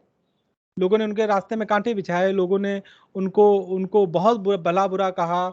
बुद्धा के पिता चाहते थे कि वो राजा बने, उनके पड़ोसी राजा चाहते थे कि वो मेरी लड़की से शादी कर लें। बुद्धा ने कहा ना भैया, हमको ये राजपाट नहीं चाहिए, हमको पैसा वैसा नहीं चाहिए, हमको जाना है साइड में। लोगों ने बहुत सारी समस्याएं उनके लिए खड़ी की, लेकिन उन्होंने कहा नहीं, मैं किसी की गलती की सजा अपने आप को क्यों दूं। ये उसकी गलती है, वो मुझे बुरा भला कह रहा है, वो मेरे रास्ते में कांटे डाला, ये उसकी समस्या है, उसकी गलती है, उसके लिए मैं अपने आप को सजा क्यों दूं। तो आपको भी यही करना है, अपने गुस्से का, अपनी खुशी का रिमोट कंट्रोल किसी और को नहीं देना है। टीवी नहीं बनना है, अपना रिमोट कंट्रोल अपने पास रहना है। मैं किस बात से खुश होऊंगा, मैं किस बात से गुस्सा होऊंगा, ये मैं डिसाइड करूंगा। Who the hello someone else, who is that Tom Dick and Harry, जो मुझे बताएगा कि मुझे किस बात पर गुस्सा होना है और मुझे किस बात पर खुश होना है, ये मैं डिसाइड करूंगा। आप कहते रहिए आपको जो कहना है, आप चाहे। और आजकल तो मजे की बात यह है कि लोग, किसी आदमी ने मेरी पीठ पीछे मेरे बारे में क्या कहा, मैं उस बात से गुस्सा हूं जो बात मैंने सुनी ही नहीं, और मैं उस बात से, मुझे रात में नींद नहीं आ रही है, मुझे एंजाइटी है, मुझे पेट की दिक्कत हो गई है, मेरा खाना नहीं पच रहा है, लेकिन मैं गुस्से में हूं, मैं स्ट्रेस में हूं, और मुझे लगता है कि उस आदमी ने मेरा बड़ा नुकसान कर दिया। उस आदमी ने आपका कोई नुकसान नहीं किया, उस आदमी ने अपना नुकसान किया है, उस गलती उसकी है। सजा अपने आप को मत दीजिए, टीवी मत बनिए, अपना रिमोट कंट्रोल अपने पास रखिए। उसके अलावा कुछ चीज़ें हैं, लोगों की मदद कीजिए जितना पॉसिबल हो। अभी कभी आप बाजार गए हैं, कोई आदमी, कोई ऐसा गरीब सब्जी वाला आपको दिख गया जो थोड़ी सी सड़ी हुई सब्जी रख के बेच रहा है, तो आप समझ जाइए इस आदमी को बहुत ज़रूरत होगी। 100-150 रुपये की खरीद सकते हैं, अगर आपकी पॉकेट अलाउ करती है उसको खरीद लीजिए, आपको बहुत खुशी मिलेगी। ऑक्सीटोसिन हार्मोन जो कॉर्टिसोल का एंटीडॉट है, वो आपकी बॉडी में फ्लो होगा ब्लड में, और आप बहुत अच्छा अनुभव करेंगे। आप रात में सोएंगे तो आप इस बारे में सोचेंगे कि मैंने आज किसी की मदद की। लेकिन आप तो अपने घर वालों की मदद नहीं कर रहे हैं, आप अपने बच्चे को पीट रहे हैं, डांट रहे हैं, क्योंकि वो कुछ कर नहीं सकता, कहीं जा नहीं सकता, आप पर डिपेंडेंट है। आप अपने पड़ोसी को पीट के दिखाइए, आप उसको गाली देकर दिखाइए, नहीं दे पाइएगा। लेकिन आप अपने बच्चे को दे लीजिए, क्योंकि आप जानते हैं कि ये कर क्या लेगा मेरा, एक तो बच्चा है और कहीं जा भी तो नहीं सकता, कहाँ खाएगा, कहाँ रहेगा, इसको तो मेरी जरूरत है, इसलिए आप कह लीजिए। आप अपने भाई को गालियां दे लीजिए जो काम कुछ नहीं करता है, लेकिन एक बार वो सेटल हो गया तो देके दिखाइए। तो हम उन्हीं को कष्ट देते हैं जो हमारे अपने होते हैं, जो हम पर डिपेंड होते हैं। जब आप किसी पेड़ के पास जाते हैं जिस पर फूल लगे हों, गुलाब के पेड़ के पास जाइए, तो गुलाब का पौधा बहुत खुश होता है। जब आप उस पेड़ को देख के खुश होते हैं तो बहुत खुश होता है, वो भी, उसमें भी जान है, और ये साइंटिफिकली प्रूवन है। लेकिन जब आप उसका फूल तोड़ लेते हैं तो वो कंफ्यूज हो जाता है कि ये आदमी कैसा आदमी है, अभी तो इतने प्यार से देख रहा था, फूल हमारी खुशबू सूंघ रहा था, एकदम से इसने फूल तोड़ लिया। आपको उसमें कोई समस्या नहीं दिखती है, आपको उसमें कोई कष्ट नहीं दिखता है, लेकिन पेड़ सोचता है कि इतना अच्छा आदमी था, इतने 5 मिनट से खड़ा होकर मुझे देख रहा था और मेरी खुशबू सूंघ रहा था, एकदम से इसने फूल तोड़ लिया। यही काम हम अपने बच्चों के साथ करते हैं। कोई भी बात हुई, पटाख लगा दिया 2 झापड़। क्यों? पढ़ाई नहीं कर रहा, 2 झापड़, 10-20 गाली। क्यों? क्योंकि वो डिपेंडेंट है आप पर, वो अपने आप से कुछ कर नहीं सकता। आप सोचें कि मैं इसका भाग्य निर्माता हूँ, इसके लिए मैं भगवान हूँ, मैं जो सोचता हूँ इसके लिए वो सही है, मैं जो इसके लिए करता हूँ वो सही है। आप अगर ऐसा करते हैं तो आप एक नंबर के बेवकूफ़ हैं। तो आपको इन सब चीज़ों का ध्यान रखना है। अगर आपको स्ट्रेस से फ्री होना है तो मेडिटेशन कीजिए, अपने उन बीज को खाद पानी दीजिए जो प्यार, compassion, vitality, joy, happiness, compassion, इन सब चीज़ों को बढ़ाते हैं। स्ट्रेस, एंजाइटी, गुस्सा, मारपीट, किसी को कुछ कहना, इनसे कुछ फ़ायदा नहीं होने वाला। और कोई आपको कहता है फिर भी आपको न्यूट्रल रहना है, आपको सिर्फ ये सोचना है कि ज़रूर ये आदमी कष्ट में है जो इतनी बात कह रहा है, वरना ये कभी नहीं कहता, क्योंकि आदमी तो कोई भी बुरा नहीं होता। अगर आपका कोई सवाल हो तो आप मुझसे पूछ लें, मैंने आपका वैसे भी ज़्यादा टाइम ले लिया है, उसके लिए मैं बहुत क्षमा चाहता हूँ।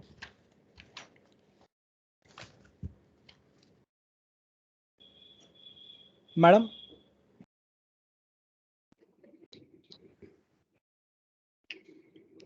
पार्टिसिपेंट से अनुरोध है कि यदि उनके कोई क्वेरीज हैं या कोई व्यूज हैं तो आप शेयर कर सकते हैं इस सेशन के विषय में। और मैं पहले इस सेशन के विषय में कुछ नहीं कहूंगी, मैं चाहूंगी कि आप ही लोग इस सेशन के विषय में बताएं, हमें मौखिक फीडबैक दें।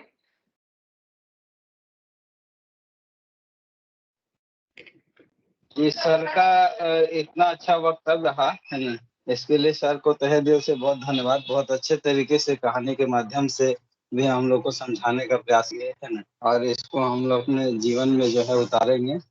और मेडिटेशन की भी बात सर ने जो की है ना, मेडिटेशन तो बहुत अच्छे तरीके से मैंने कि स्ट्रेस को मैनेज करता है ना, तो इसको भी हम लोग करने का कोशिश करेंगे जरूर अपने जीवन में।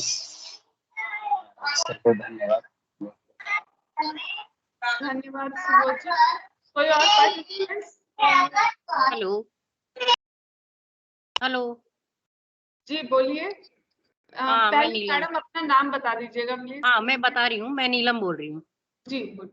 हाँ, सर ने बहुत अच्छा समझाया और सर की एक बात हमें बहुत अच्छी लगी। उन्होंने कहा जो भी मतलब थॉट्स आए अपने अंदर तो उसको फोकस नहीं करना है, बस आते जाते आ रहे हैं, जा रहे हैं, आ रहे हैं, जा रहे हैं, बस ये करें।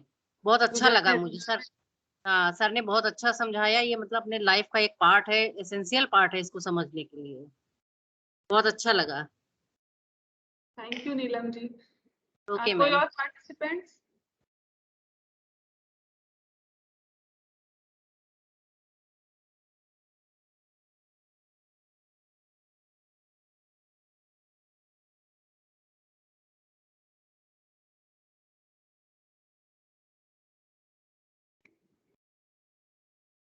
कोई और पार्टिसिपेंट्स? हमें आपके मौखिक फीडबैक की बहुत जरूरत होती है ताकि हम आगे उसका इस्तेमाल कर सकें अपने में सुधार लाने के लिए। तो प्लीज आप लोग अनम्यूट करें अपने आप को और इस सेशन से संबंधित जो भी व्यूज हैं या इस कोर्स से संबंधित, केवल सेशन ही नहीं, क्योंकि हमारा ये कोर्स इस कोर्स का लास्ट सेशन है और यही वैलिडेशन भी है।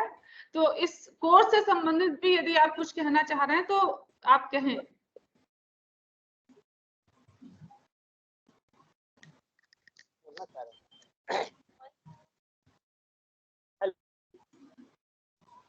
हेलो, हाँ जी बोलिए, किसी की आवाज तो आ रही है मुझे, बहुत हल्की सी।